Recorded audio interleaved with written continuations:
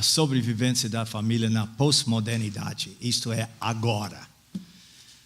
Tenta encontrar uma definição de pós-modernidade. É muito difícil, porque cada um tem uma ideia diferente. Porém, está nesta época que nós passamos atualmente. Pode passar aí. Então, a família está em crise. Não precisa nem falar isso. Nós viajamos semana após semana, às vezes fazendo até 35 seminários por ano, lidando com casais no aconselhamento, e a gente tem visto os problemas, famílias fragmentadas, filosofias modernas como humanismo, materialismo, hedonismo, relativismo, está batendo direto na igreja e na família. Então nós estamos querendo recrutar um exército de pessoas. Eu tenho certeza que tem alguns, porque eu já tenho orado para Deus tocar o coração de algum jovem aqui, que tem muito mais capacidade do que eu para fazer esta obra, de ensinar a palavra de Deus. Louvo a Deus pelos pastores desta igreja que têm uma visão para ajudar a família, trabalhando com a família. Então, isso é bênção. Agora, Moisés, você lembra, 120 anos de idade, está para morrer. Deus vai ser a única pessoa nós temos na Bíblia em que Deus enterrou. Ele não entra na terra prometida, mas ele está na beira do rio Jordão, com todo Israel. E o livro de Deuteronômio é um livro que registra as mensagens, os ensinos deste grande homem Moisés. Passando a liderança para Josué, ele levaria o povo, conquistando as nações e dividindo as terras e fazendo tudo que ele precisava fazer. Você lembra que Josué era o discípulo de Moisés, também Caleb, o colega dele. E então, aqui nós temos em capítulo 6, registrado realmente uma das mensagens principais de Moisés diante da situação do povo. Eles estão entrando na terra prometida. Moisés está muito preocupado na família israelita. Então, ele dá essa mensagem. Aqui tem 4 pontos, e eu vou começar lendo a partir de versículo 1 de Deuteronômio capítulo 6. Agora, deixe-me só dizer, lembra uma coisa, este homem está velho. Não tão velho quanto o Jaime, mas está velho. Ele está com 120 anos e ele não tem microfone, não tem PowerPoint, não tem nada das coisas que nós temos hoje. E ele então prega, depois ele vai 10, 15 metros, tem outro que passa a mensagem para a próxima sessão, porque tínhamos 8 ou 10 sessões, mais que 1 milhão de gente lá. Então, esta mensagem que ele pregava devia ter levado 3, 4 horas. E então, ele fala alguma coisa, passa para lá, que nem eco. Hein? Então, esta é a mensagem, e ele escolhe muito bem nas palavras. Estes, pois, são os mandamentos, os estatutos e os juízes que mandou o Senhor vosso Deus, para ensinar-vos, para que os cumprisseis na terra que a possuir. Hein? Para que temos ao Senhor, esse é ponto 1 que eu vou destacar, seu Deus, teu Deus, e guardas todos os seus estatutos e mandamentos, que eu te ordeno, tu, teu filho e o filho de teu filho, 4 gerações aqui, todos os dias da tua vida, e que teus dias sejam prolongados. Ouve, pois, ó Israel, e atento, em os guardares, para que bem te suceda, e muito te multiplicas como te diz o Senhor Deus de teus pais, na terra que mana leite e mel. Ouve, Israel, o Senhor teu Deus é o único Senhor. Amarás, pois, o Senhor teu Deus de todo o teu coração, de toda a tua alma e de todas as tuas forças. Primeira coisa em relação a Deus. A sobrevivência está ligada intimamente ao relacionamento com Deus. E eu falo com os papais e mamães aqui, especialmente os papais. Vocês são sacerdotes espirituais nas suas casas? Vocês cuidam do ambiente espiritual e emocional do seu lar? Eu peço para vocês seriamente pensar nesses 3 pontos. Ele fala primeiro sobre temor do Senhor. Você entende o que é isso? Sabe que não é ter medo de Deus. Temor é levar Deus a sério na sua vida. Na sua vida, como chefe do lar e na esposa. E aí os filhos vão aprendendo. Lembra que os pais estão no palco da vida, os filhos estão na plateia, diante de pequenos olhos diariamente, os filhos estão estão assistindo um show. Qual é o show dos pais? Primeiramente, verticalmente, o relacionamento que eles têm com Deus. Isso vai impactar tremendamente. E se você não tem relacionamento íntimo com seu Deus, está passando a hora de fazer isso, porque o filho está de olho em você, papai e mamãe. Então, relacionamento vertical e o relacionamento horizontal, que é relacionamento que você, marido, tem com a sua esposa e você, esposa, tem com o seu marido. Eu sempre falo que o maior presente que um pai pode dar para seu filho é amar a mãe dele. Deixa eu dizer isso de novo, porque às vezes a gente passa por cima de coisas importantes. O maior presente que um homem pode deixar para seu filho é amar a mãe deles. E sabe por que o homem no altar da nossa igreja, não nossa igreja, na igreja em geral, não sabe amar sua esposa? Porque não tem um exemplo no lar. Não tem modelo no lar, ele não sabe amar a esposa. Ele fica romanticamente envolvido com ela, mas o amor verdadeiro é que segura o casamento. Então ele não tem. E o maior presente que uma mãe pode dar para sua filha é seguir a liderança do pai dela. Às vezes é uma liderança falha. Mesmo assim, seguir a liderança. E Deus vai abençoar. Então, os pais são tremendamente importantes nessa questão da sobrevivência no lar. O temor do Senhor é levar Deus. Marido, esposa, levam Deus a sério em cada momento, cada palavra que você lê diariamente com seus filhos, que eles vão ser impactados pela sua vida. Eu falo sempre que o lar é refúgio contra a violência, contra o ódio, contra o bullying, tudo que os filhos encontram na escola ou na rua. Então, eles têm que chegar em casa e lá encontrar um lar de harmonia e paz. Não um lar perfeito, que não existe lar perfeito. Nós já sabemos disto, mas um lar cristão existe. Então, papai e mamãe, você tem muito a fazer em relação a isso. Segundo é obedecer ao Senhor. Obediência. E a terceira é amar o Senhor de todo o coração. Essa em relação a Deus. Agora, várias vezes no correr de 55 anos de ministério, gente, eu tenho me examinado e tenho chegado a reconhecer que eu não amo meu Deus como eu devo. Amo a obra de Deus, eu amo. Amo fazer um livro, amo fazer programa de televisão, amo. Eu me lembro uma vez, nós estávamos, acho que Sônia e Regina, ou Sônia e Marinho estavam lá, no Colégio Batista, quando nós lançamos um livro. Isso foi mais que 35 anos atrás. Era um livro que eu gastei um ano para escrever. Enfim, o livro saiu. Eu estava muito animado sobre aquilo e Vencedores por Cristo cantava lá. Fizemos um negócio sábado à noite no auditório do Colégio Batista em Perdizes. E depois eu estava indo para casa sozinho e Deus bateu em mim. Jaime, eu estou contente que você escreveu esse livro. Porém, a pergunta que eu faço para você, Jaime, o Espírito Santo foi tão claro para mim. Você me ama?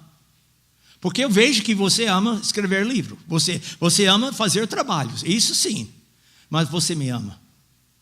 Eu puxei o carro de lado, parei e comecei a chorar. E disse, Senhor, eu confesso que eu amo mais o lançamento desse livro do que amo o Senhor. Então eu peço perdão, Senhor, e ensina-me a te amar. Então, papai e mamãe, levando o filho para a igreja é maravilhoso, escola dominical é parte, mas o impacto que você faz no seu filho quando você ama seu Deus é tremendo. Os seus filhos vão aprender a amar o Deus do papai e da mamãe. Então, e obediência, é claro. O que eu vou dizer? Ok, vamos para a relação a Deus. Vamos para a relação da palavra de Deus. Versículos, eu vou ler aqui. Estas palavras que hoje te ordeno estarão no teu coração. Não na apostila Lar Cristão. Estamos cheios de apostilas. Temos 9 cursos que nós fazemos. Mas a palavra tem que estar no seu coração. Tu as inculcarás. Essa palavra inculcarás na língua hebraica tem a ideia de pressionar, de gravar no coração da criança. Tu as inculcarás a teus filhos. E também netos. Não falou netos aqui, mas delas falarás assentado em tua casa. O que está fazendo quando está sentado em casa? Está mexendo com o celular? Ou está com a TV acordado, ligado? Assentado em tua casa, andando pelo caminho. Não tinha BMW, Mercedes naquela época. Tinha cavalo e burrinho, alguma coisa assim. Então andava muito a pé. Tinha mais tempo para gastar com o filho do que hoje. Pelo caminho, ao deitar-te e ao levantar-te. Eu tive o privilégio de levar Melinda e Márcia, duas das nossas 3 filhas, para Jesus. Uma noite, ajoelhado da cama da Melinda, para orar, e Melinda e Márcia disse: papai, nós queremos entregar nossa vida para Jesus. Gente, não tem evangelismo mais dramático do que isso. Levar seus filhos para Jesus, dar vida eterna para seus filhos. E papai, eu pergunto a você, se tem filhos, você tem certeza que seu filho que tem uma certa idade conhece Jesus? Porque é uma coisa levar filho para a igreja, e isso é importante, mas de poder orar com eles, entregar suas vidas para Jesus, foi uma coisa especial para o pai. Também as atarás com sinal na tua mão. Aqui. Vai colocar o versículo bíblico aqui. E serão por frontal entre os olhos. Aqui. Para que quando a criança olha para o papai, ele vê a palavra de Deus, gente. Parece que é uma coisa fanática. E nós temos que ser fanáticos. Porque estamos vivendo numa época de grande mentira. O Deus da mentira, que é o diabo, ele está tentando enganar todo mundo. Então, dentro do lar, dentro da família, tem que ter verdade. E essa verdade é a palavra de Deus. Eu tenho desafiado nos últimos 5 ou 10 anos nos seminários para papai, mamãe também, mas especialmente papai, discipular seu filho. Eu quero dar uma sugestão para você. Isso é coisa séria, você vai ter que dar uma olhada na sua agenda, porque já está lotado. Mas você vai passar tempo semanalmente com cada filho. Vai levar filho para a pizzaria, para tomar um café. Vai ter algum sistema de estudo, alguma discipulação. Quem sabe vai decorar um versículo. Pai, você já decorou um versículo bíblico com seu filho? Se você decora por cima um versículo bíblico semanal, em um ano dá 52 versículos bíblicos. Em 2 anos, 104 versículos bíblicos decorados para o filho usar aquilo no momento de crise, no momento de aflição, no momento de problema. Ele tem na palavra de Deus. E o investimento, eu vou dizer uma coisa, é bem melhor, é bem maior do que você pode imaginar. Porque a palavra de Deus mexe com todo o coração, pequeno e grande. Então, quero sugerir, talvez, leva sua filha para o shopping, senta lá, toma um sorvete juntos, e quem sabe 10 minutos de conversa ou alguma pequena palavra, vai discipulando sua filha. E seu filho leva para o jogo de futebol. Eu sei que lá seria difícil estudar a Bíblia, especialmente com os palavrões dos corintianos. Aí é meio difícil. Oh, desculpa, corintianos, eu amo vocês, vocês são muito especiais, mas a Bíblia diz que o justo florescerá como palmeiras. Brincadeira, gente. Dizem que nós não devemos usar a palavra de Deus assim, não sei, mas Senhor, me perdoe se eu pequei. Mas o que eu estou querendo comunicar aqui, a seriedade Nós estamos vivendo. Olha, deixe-me só olhar. Põe o seu dedo aqui, vamos olhar rapidamente o capítulo 32. É outra passagem de Moisés, capítulo 32, versículo 46. Gente, isso é tremendo.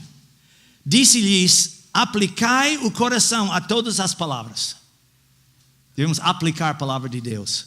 Aplicar ao coração a palavra de Deus. Hoje testifico entre vós, para que ordeneis aos vossos filhos que cuidam e cumprem todas as palavras desta lei.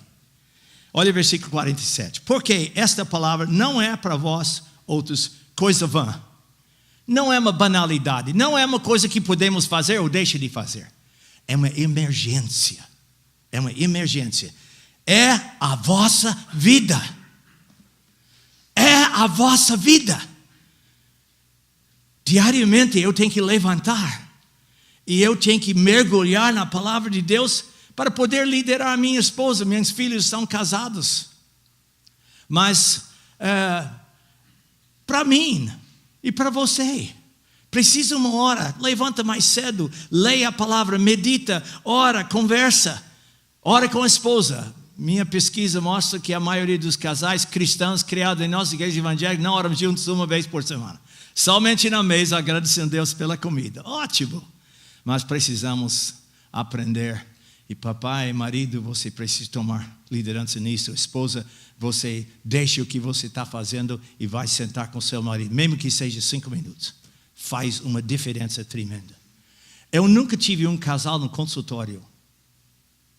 Com sérios problemas. Com problemas em outras áreas, sim. Mas problemas conjugais. Eu nunca tive um casal que ora semanalmente juntos. Porque a oração é poderosa. Oração é coisa mágica. Conversar com Deus, confessar seu pecado, falar humildemente diante da esposa em oração. O que você está sentindo é tremendamente importante. Ok, em relação à palavra, não posso enfatizar demais. É a vossa vida. Será que nós entendemos isto? É a vossa. Jaime, porque você é pastor, você fala isso. Não, é para todo mundo. É para todo mundo. Em Vencedores por Cristo, nós desenvolvemos um treinamento sério de 2-3 meses antes de viajar, fazer evangelismo. Preparamos o casal e usamos só a palavra de Deus, gente. Os jovens que estão aqui lembram consciência limpa e autoestima, alto valor e etc, etc, etc. Tinha grande valor porque a palavra de Deus era principal. Agora, Deus tem me falado que, Jaime, agora você já está quase 80 anos de idade. Você lembra o que eu falei em Isaías 55? Que a minha palavra não volta vazia. A palavra do Jaime Kemp pode voltar vazia. Mas a palavra de Deus não volta vazia. Vai cumprir o que Deus tem. Então, se eu sou fiel na palavra, eu estou falando aqui, gente, então Deus vai abençoar. E nós temos todos os nossos seminários são permeados com a palavra de Deus. Tremendamente importante. Ok, vamos para o ponto 3. Em relação à resposta ao enriquecimento. Perigo. Veja o perigo. Estou voltando agora ao capítulo 6, versículo 10. Havendo-te, pois, o Senhor teu Deus, introduzido na terra que sob o juramento, prometeu a teus pais, Abraão, Isaque e Jacó, te daria grandes e boas cidades que tu não edificaste.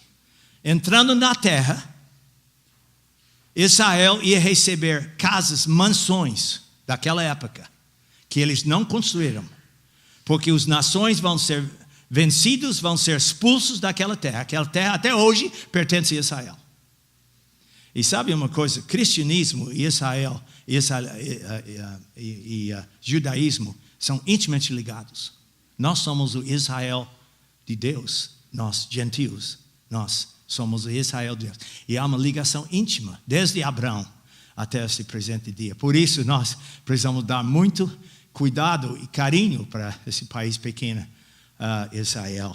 Mas o que é importante aqui é que ele está preocupado quando entram na terra, começa a receber casas de graça, milhares de casas, versículo 11, casas cheias de tudo o que é bom, móveis bonitos na época deles, coisas tremendas que eles não fizeram,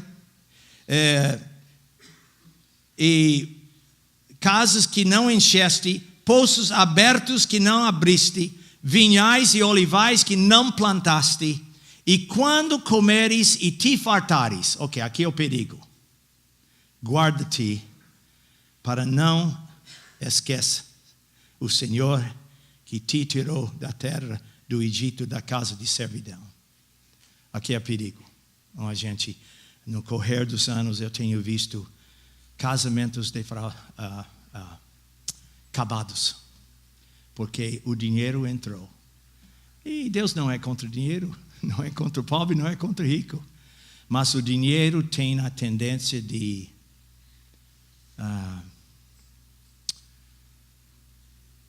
desviar de Deus. Põe o seu dedo aqui, olha comigo rapidamente em 1 Timóteo capítulo 6. Vocês já sabem o que é 1 Timóteo 6, então. Paulo está falando para seu filho na fé, Timóteo, sobre dinheiro, sobre riqueza. E aqui em versículo 6 até versículo 19, não vamos ler toda a passagem, não. Tem 3 categorias aqui. Você está numa dessas 3 categorias hoje. Todos de vocês. 1 Timóteo 6, versículo 6. Ok? Paulo fala para o primeiro grupo. Aqueles que não são ricos. Provavelmente a maioria da gente aqui. Eu teria que ir lá na garagem ver que os carros vocês dirigem. Se tem muito BMW, muito Mercedes, muito... ou se a maioria são fusquinhos ou golzinhos ou... Não vai dizer muita coisa, mas às vezes de alguma coisa. De fato, esse grupo aqui não são ricos, ok? A maioria de nós, provavelmente. De fato, grande fonte de lucro é a piedade com contentamento. Porque nada tem trazido para o mundo. Alguém nasceu com relógio seco no braço? Acho que não.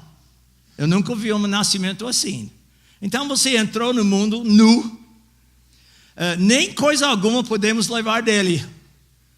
Olha, esses ricos pensam que vão levar com ele o dinheiro. Que coisa interessante, não? Tendo sustento e com que nos vestir, estejamos contentes. Uau! Isso é para aquele que não é rico. Não estou dizendo que não tem vontade ou que você não tem a ambição de ficar rico. Se é para a glória de Deus, aleluia! E alguns de vocês têm bênçãos dados pelo fato que Deus tem abençoado vocês financeiramente. O segundo grupo, aqueles que querem ficar ricos. Agora, esse pode ser quase todo grupo aqui. Ora, os que querem ficar ricos caem em tentação e cilada e em muitas concupiscências insensatas e perniciosas, as quais afogam os homens na ruína e perdição. Né? Porque o amor, e essa palavra amor não é agape, não. Não é nem amor eros, ou amor qualquer. Ou a palavra aqui é cobiça. Poderia Paulo dizer, porque a cobiça do dinheiro é a raiz, não de alguns problemas, todos os males. E alguns nessa cobiça, essa é a mesma palavra, se desviaram da fé e a si mesmos se atormentaram com muitas dores. Uau! É um perigo, né? E aqui, pula para o versículo 17, os que são ricos. Primeiro grupo, não são ricos. Segundo grupo, querem ficar ricos. Terceiro grupo, aqueles que são ricos. Exorta aos ricos do presente século que não sejam orgulhosos, nem depositem a sua esperança na incerteza ou instabilidade da riqueza, mas em Deus que tudo nos proporciona ricamente para o nosso aprazimento. Deus é bom demais, gente. Eu estou vendo que Deus é bom demais. E vocês sabem o que eu estou falando aqui. Que pratiquem o bem, sejam ricos em boas obras, generosos em dar e prontos a repartir. Essa é a exortação aos ricos. E, versículo 19, que acumulam para si mesmos tesouros sólidos, fundamento para o futuro. a fim de se apoderar da verdadeira vida. A pergunta que eu geralmente faço no curso sobre dinheiro, papai, mamãe, como é que são as suas contas no céu? Tem um banco no céu, hein? E conforme o trabalho, conforme seu coração, os desejos, as paixões que você tem, está depositando lá, então as contas estão engordando, gente. Porque lá não tem ladrão. Você viu lá em Morumbi, uma casa que fica na esquina, tinha uma placa imensa, diz, Senhor ladrões, esta casa já foi roubada 3 vezes, passa para outro proprietário. Alguns de vocês entendem muito bem o que eu falo, porque no céu não tem roubo, não tem ferrugem, não tem inflação, tem bastante correção monetária. Uau! Então, esta passagem aqui representa mais ou menos o que Moisés está dizendo em capítulo 6. Cuidado, perigo, esquecer do Senhor. E pais, seus filhos, fiquem preocupados com seus filhos, porque vivem numa sociedade tremendamente materialista. E o perigo é como vão seus corações. Eu falo para os jovens, o brasileiro tem muito desejo de ter filho na faculdade. Eu já não tenho esse desejo. Minhas filhas todas fizeram universidade e formaram bem. Mas eu vou dizer uma coisa, não é para todo filho fazer faculdade. Tem vocações como eletricista, como encanador, etc, etc, etc. Que ganham até mais dinheiro do que um formado de universidade. E o problema da universidade é que 90% dos professores e professoras da superior às vezes não acreditam em Deus, e os valores dessa gente é totalmente distorcido, e o filho vai aos poucos absorvendo isto nas suas vidas. Então, é um perigo muito grande. Ok, terceira coisa, ensinar Israel sobre as coisas materiais, não esquece. Quando recebe a casa bonita, móveis lindos, olivais e vinhais e etc, etc. Não esquece. Deus deu tudo isso. Ponto 4. A respeito da sobrevivência da família. Ok, versículo 20. Eu não vou ler todo o trecho, só 2 versículos. Quando teu filho no futuro. Estão pensando no futuro, gente. Desse Brasil. Eu tenho grande esperança que Deus ainda vai fazer uma grande obra nesse país. E ore pelo Portugal, porque eu vou dizer uma coisa, 70% dos casamentos dão em divórcio lá. E não existe, que eu saiba, um ministério específico sobre a família. É muito triste. Nós estivemos lá com campamentos com 150 jovens. E o jovem chega, Senhor Jaime, me dá um abraço. Não tem pai. O pai, o trabalho dele é dar abraços. Não é só dar abraços, mas é uma coisa importante. Então eles vêm para acampamento carente porque o pai sumiu do mapa. Foi embora. Isso é muito triste. A família portuguesa está em sérias situações piores, penso eu, do que a família brasileira. Ore pela família portuguesa. Quando teu filho do futuro te perguntar dizendo, que significam os testemunhos, estatutos e juízes que o Senhor nosso Deus vos ordenou? Então dirás a teu filho, éramos servos de Faraó no Egito, porém o Senhor de lá nos tirou com poderosa mão. Eis que o filho precisa saber, que seu Deus tem uma mão poderosa. E é você, papai e mamãe, que vão comunicar isso para os filhos. É você. Tira do arquivo da sua experiência uma lição, alguma coisa que Deus falou ao seu coração, alguma experiência que você passa, uma provação, e comunique isso para seu filho. Olha o Deus que nós temos. Olha que coisa tremenda. Olha o Deus. Aí, então, um dia, um judeu levou seu filho numa sexta-feira à tarde para ver o museu de Israel. Nunca havia entrado o menino no museu e nem sabia o que era museu. Então o pai foi explicando. Quando chegaram à porta, abriram a porta, lá estava bem na frente uma pilha de pedra. Pai, que são essas pedras? Filho, vamos sentar aqui, eu vou conversar com você sobre o que Deus fez para nossos antepassados. Aí ele começa a contar sobre a preparação para sair do Egito e a escravidão dos egípcios sobre os israelitas. E depois falou sobre a saída e a riqueza que eles levavam, porque o povo queria empurrá-los fora. Depois chegaram no Mar Vermelho, olha o que Deus fez. E vai descrevendo isso. Depois lá entraram na terra, estavam com sede e Deus tirou a água da pedra. E vai indo. Contando todas as bênçãos de Deus. Nuvem durante o dia e fogo durante a noite, e etc, mana, e comida e tudo. E o filho vai começar a pensar, mas que Deus maravilhosa desse Deus de Israel. Aí o pai vai dizer, é o mesmo Deus nosso. É o seu Deus, filho. Você entregou sua vida, é Deus que cuida de você, que cuida da gente, que cuida do papai e da mamãe. Então, era essa a experiência que precisa. Então dirás a teu filho, diariamente, papai, se você vê um pôr do sol, olha o papai do céu pintando de novo. Aqui em São Paulo a gente não vê muito pôr do sol, mas há situações que a gente vê. Então, em relação à sobrevivência, é transmitir a verdade de Deus de pai para filho, para neto. Meu neto, ok, eu estou olhando o tempo aqui, está tudo bem. Meu neto James, ele é o filho de Melinda e Paulo, a minha primeira filha. E quando ele tinha 6 anos, um menino muito esperto, ele sabia algumas coisas sobre o valor do dinheiro. Ele disse, vovô, eu quero ganhar dinheiro. Ele viu o valor.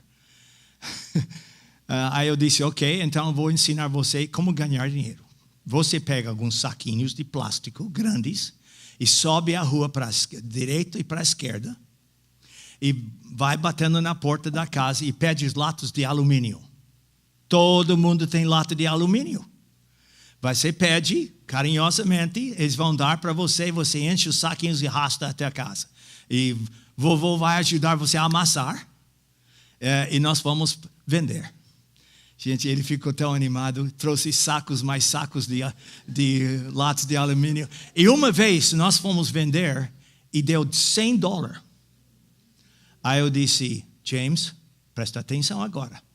Você sabe que todo este dinheiro não é seu. É claro. Então, quanto é 10%? Ele já sabe com 6 anos o que era 10%. 10% é $10. Já sabia. Eu falei, você sabe onde esse $10 vai? Ok, vovó, vai para a igreja.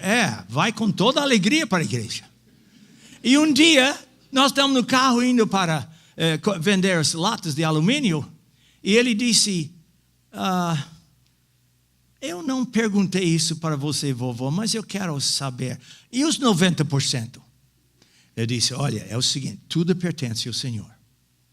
Os 90%? Sim, os 90%. Agora, ele dá para você administrar, você é mordomo.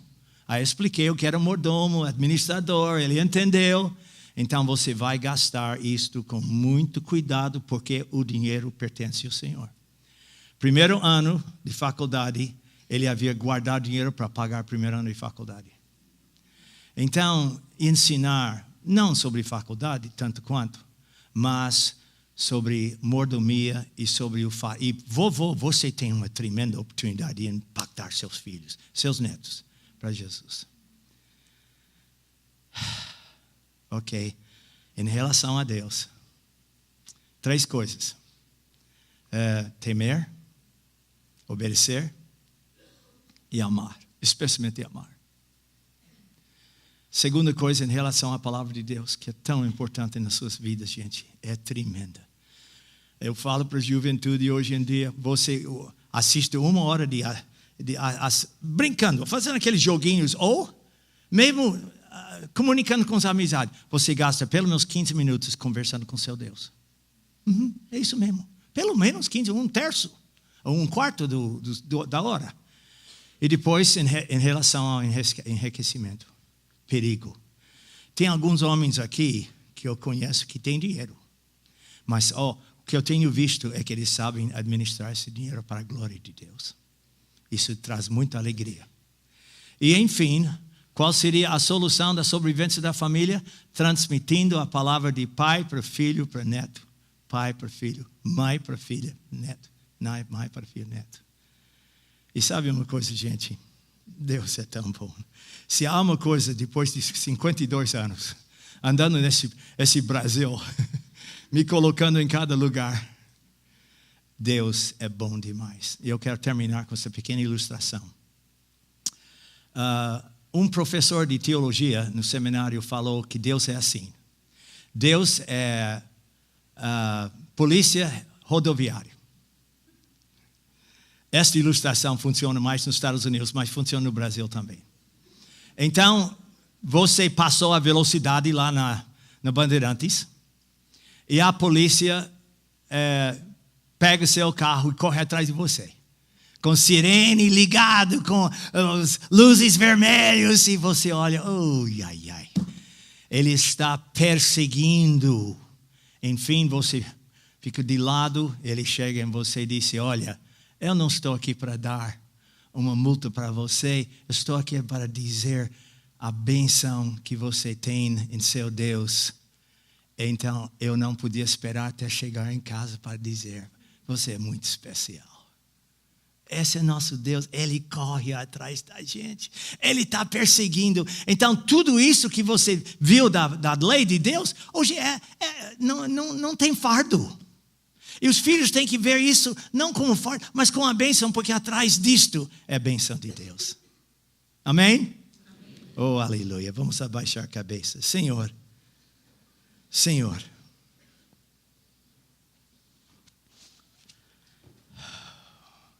Vivemos numa sociedade que bombardeia nossas vidas, nossas famílias, que tenta trabalhar em nossa vida de tal maneira que nós esquecemos de Deus.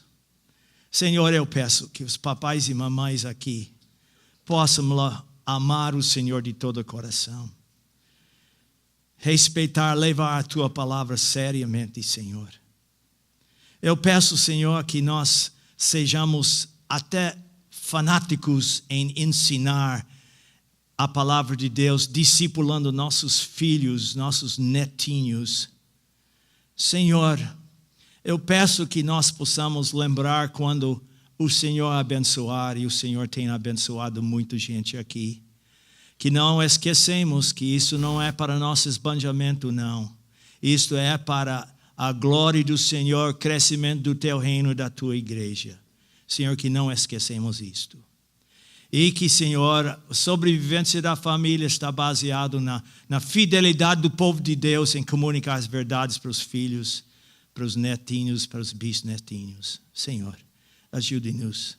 Abençoe esta igreja. Abençoe estes queridos pastores que lideram esta obra. Senhor, abençoe o Ministério Lar Cristão que tende a ensinar a Tua palavra para o povo de língua portuguesa. Muito obrigado pelo carinho que recebemos aqui, por este querido pastor que tão fielmente ensina a palavra, também os outros. Obrigado, Senhor, que eu faço parte desta comunidade tão especial. E eu quero também agradecer pelos jovens, meninas e meninos, pais, que estão aqui, que participaram no Ministério Vencedores por Cristo durante 52 anos. Senhor, abençoe cada um, eu peço. Agradecido em nome de Jesus. Amém e amém.